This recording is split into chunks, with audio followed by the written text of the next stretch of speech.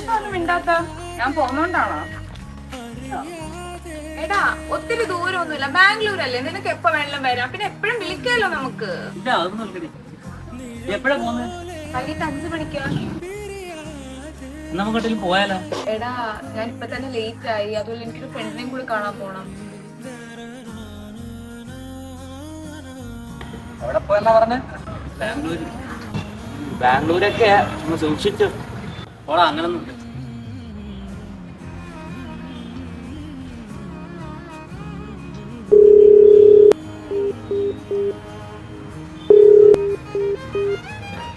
ഞാൻ അപ്പഴേ പറഞ്ഞേ, സൂക്ഷിച്ചാ നിനക്കും ഉള്ള.